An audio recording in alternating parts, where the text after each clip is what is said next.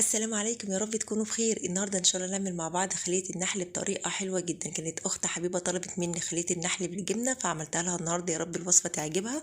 عايزه اقول لكم العجينة هشة جدا وقطنية ومن غير بيض ولا زبدة. في ناس كتيرة ما بتحبش المعجنات بالبيض ولا بيحبوا يدهنوا الوش بصفار البيض. دهنته بحاجة تانية خالص وشايفين اللون طالع عامل ازاي؟ تحفة. العجينة هشة وخفيفة واقتصادية، وان شاء الله تنجح معاكم من اول مرة. كنت عملتها معاكم قبل كده على القناة بس كنت حاطة فيها بيض، فقررت ان انا النهاردة اعملها من غير البيض. جد النتيجة ممتازة، جربوها وان شاء الله هتعجبكم. ويلا بينا نشوف الطريقة والمقادير. بسم الله الرحمن الرحيم. ان شاء الله اقول لكم المقادير بالكوبايه وبالجرام واسيبها لكم مكتوبه في اخر الفيديو. اول حاجه انا معايا كوبايه من الميه الدافيه يعني 200 مللي، وانا هنا مستخدمه الكوبايه المعياريه اللي وزنها 200 مللي. بعد كده احط معلقه كبيره من خميره الافران، انا مكسراها كده حتت صغيره يعني 12 جرام. طب لو انت ما عندكيش خميره الافران استخدمي الخميره الفوريه معلقه كبيره برضو 12 جرام. بس بجد خميره الافران النتيجه بتاعتها ممتازه حلوه جدا جدا. بعد كده حطيت معلقتين كبار من الحليب البودره بالمعلقه المعياريه او معلقه الاكل مش هتفرق. ولو ما عندكيش حليب بودره تقدري ان انت تستغني عنه وتحطي مكان كوبايه الميه اللي احنا حطيناها كوبايه حليب. بعد كده حطيت معلقتين كبار من السكر الحبيبات، وهحط ربع كوباية من الزيت النباتي يعني 50 ملي. انا هنا مستخدمة زيت دوار الشمس او ممكن تستخدمي زيت ذرة زي ما انتوا حابين.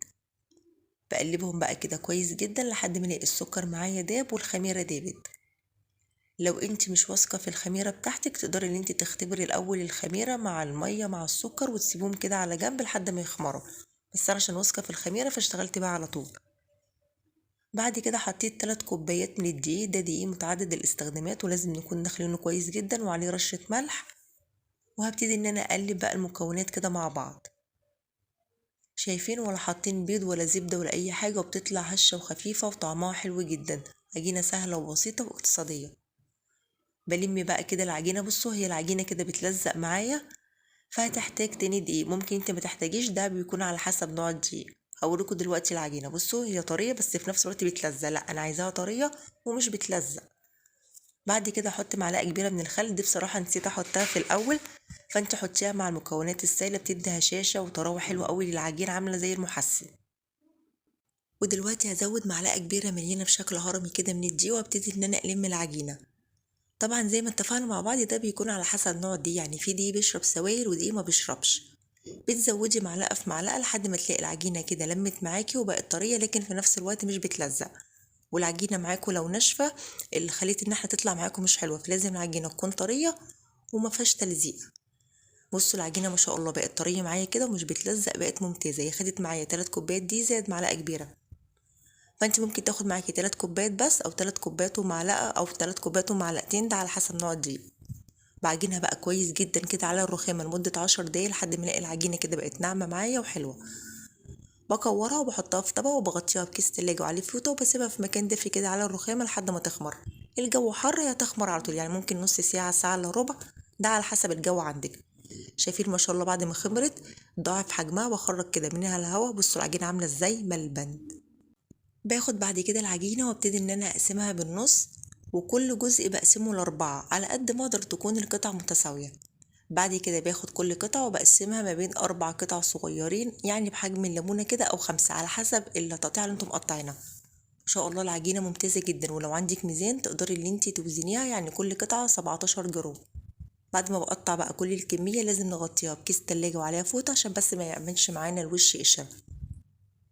باخد بقى قطعة وابتدي كده ان انا ابططها، وبتحشوها بقى بالجبنة، جبنة مربعات جبنة مثلثات، بتقطعوها قطع صغيرة وبتحشوها زي ما انتوا حابين. بعد كده ابتدي ان انا اكورها وبحطها في صينية مقاس 28 مدهونة كده بالزيت، وبحط اول واحدة كده، وده كده اول صف نبتدي ان احنا نعمله.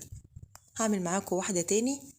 وعلى فكرة تقدروا ان انتوا تحشوها شوكولاتة مطبخ، تقطعوها قطع صغيرة او نوتيلا او مربى او كمان تسيبوها سادة زي ما انتوا حابين. اهم حاجة نقفل على الحشوة كويس، وبحط كده التانية جنبيها ونسيب مسافة صغيرة عشان لسه هتخمر. بعد ما خلصت كده كل الصينية بسيبها في مكان دافي لحد ما تخمر، تقريبا نص ساعة وهتخمر معاكم على طول، برضو على حسب الجو عندكم. انا بحطها في فرن البوتاجاز المطفي مش مشغله ولا اي حاجه، وبقفل باب الفرن وبسيبها لحد ما تخمر. بعد كده ببتدي ان انا اطلعها، وكده بتكون خمرت معانا. شايفين ما شاء الله ممتازة، الخميرة حلوة جدا جدا والمقادير مظبوطة، جربوها بجد هتعجبكم. مش هندهن بقى صفار بيض ولا اي حاجة، الناس اللي مش بتحب البيض في المعجنات. جبت معلقتين حليب، مش حاطه عليهم اي حاجة، وابتدي كده ان انا ادهن الخلية. وبعد كده هبتدي ان انا ارش شوية سمسم، حبة البركة تسيبوها سادة زي ما انتوا حابين. بس اهم حاجة الجزء اللي انتوا هتبتدوا ان انتوا تدهنوه بالحليب، حطوا السمسم على طول او حبة البركة لو هتحطوا، علشان لو حطيتوا الحليب وسبتوه هتلاقوا بعد كده لما تيجوا تحطوا السمسم مش هيمسك معاكم. فلازم اول ما ندهنها كده بالحليب نرش السمسم على طول. بعد كده هكون بقى انا في الوقت ده مشغله الفرن على درجه حراره 200، الفرن يكون سخن، بدخلها على الشبكه اللي في النص، بتقعد معايا بالظبط 20 دقيقه بتكون استوت. بعد كده بطفي عليها الفرن وبشغل عليها الشوايه وتاخد لون ذهبي كده حلو من فوق. يعني هي دقيقه مش اكتر من كده وهتلاقوها خدت لون. اهم حاجه وهي تحت الشوايه نفضل كده نلف الصينيه عشان تاخد لون من كل الجوانب. ما شاء الله بتطلع جميله جدا جدا. ودي كده بيكون شكلها، شايفين خلية النحل عاملة ازاي؟ تحفة بجد، حلوة جدا جدا. اول ما بتطلع كده وهي سخنة بديها بخاخة مية، بعد كده بغطيها بالفوطة وبسيبها تلت ساعة علشان الوش كده تلاقوه طري معاكو، وبتطلع النتيجة ممتازة. بسم الله ما شاء الله. عايزة اقول لكم خلية النحل هشة جدا جدا بطريقة مش هتتخيلوها، وبجد اسفنجية. بصوا اما بضغط عليها بترد معايا بكل سهولة زي السفنج، لو هي كانت مكتومة ما كانتش هترجع كده معايا. بجد الوصفة ممتازة واقتصادية، جربوها تعجبكم قوي. باقي بس كده اخر خطوة هعملها معاكم وبقت خلية النحل جاهزة معانا. بجيب معلقتين من الشربات التقيل او ممكن كمان عسل نحل زي ما انتوا حابين، وابتدي كده ان انا لمع وشها، بتدي لون حلو جدا جدا وكمان بتدي الطعيمة تحفة. ولو عندك حليب مكثف محلى تقدري برضو اللي انت تحطي حليب مكثف محلى، بس الاكتر اللي بيكون موجود في البيت يعني عسل النحل يا الشربات التقيل، تقدروا ان انتوا تلمعوا بيها خلية النحل. ما شاء الله شايفين شكلها عامل ازاي؟ حلوة جدا وبتتشال معانا كده بكل سهولة، ولو عايزين تشيلوها من الصينية سلكوا الجوانب وهي هتتشال معاكم بكل سهولة. هشة جدا وخفيفة ومورقة كده، يعني حاجة كده قمر، سهلة وبسيطة، وزي ما شفنا المقادير بتاعتها مش مكلفة خالص. بصوا بتطلع معايا ازاي بكل سهولة، بجد طعمها حلو قوي، وحشوة الجبنة كده جواها حاجة كده عظمة.